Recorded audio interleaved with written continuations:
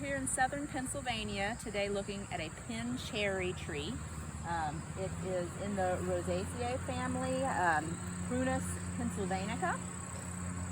Its other common names are the bird cherry and the fire cherry. One reason why it's called the fire cherry is because it does pretty well after disturbances, such as a fire. It tends to invade those areas pretty quickly. It's considered fairly intolerant though. It is native to North America, and it can be found from British Columbia to Newfoundland, and then south to northern Georgia and west to Colorado. It likes dry, sunny soils. It's fairly short-lived. It can grow up to 30 feet tall, so it's a fairly small tree. This I think is kind of an older one because of the bark characteristics. But they tend to be kind of shrubby in appearance, and they are fast growing. As far as the leaves go, the leaves are in an alternate simple arrangement. 3 to 5 inches in length and 1.5 inches wide.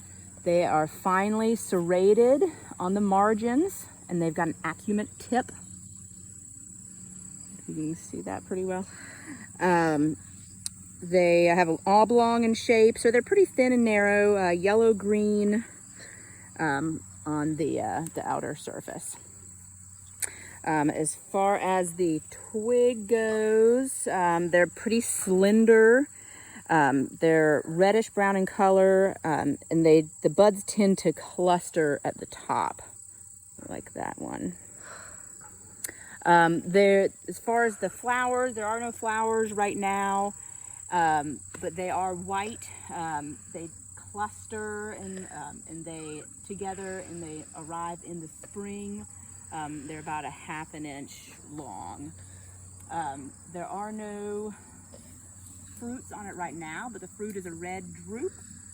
Depending on the season, they do tend to stay on longer into the summer, but this one does not have any fruit on it right now. But they are about 1/4 inch in diameter.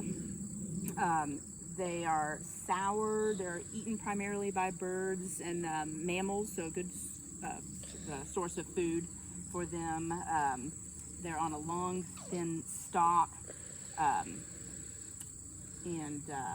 Next we will go into the bark. So the bark, on the younger trees, it's more of a reddish color. This one's more of a brownish. But their most distinguishing feature are these lintels. And you can see, can you zoom in a little bit on that? They're horizontal little stripes. This one's got a bunch of them, little small ones. So that's their most distinguishing feature. And another interesting fact about this tree is that it sprouts and reproduces easily through root sprouts. So you'll see them coming up around. So I thought that was pretty interesting as well. But I hope you enjoyed learning a lot about the pin cherry tree, and I hope you have a good rest of the day.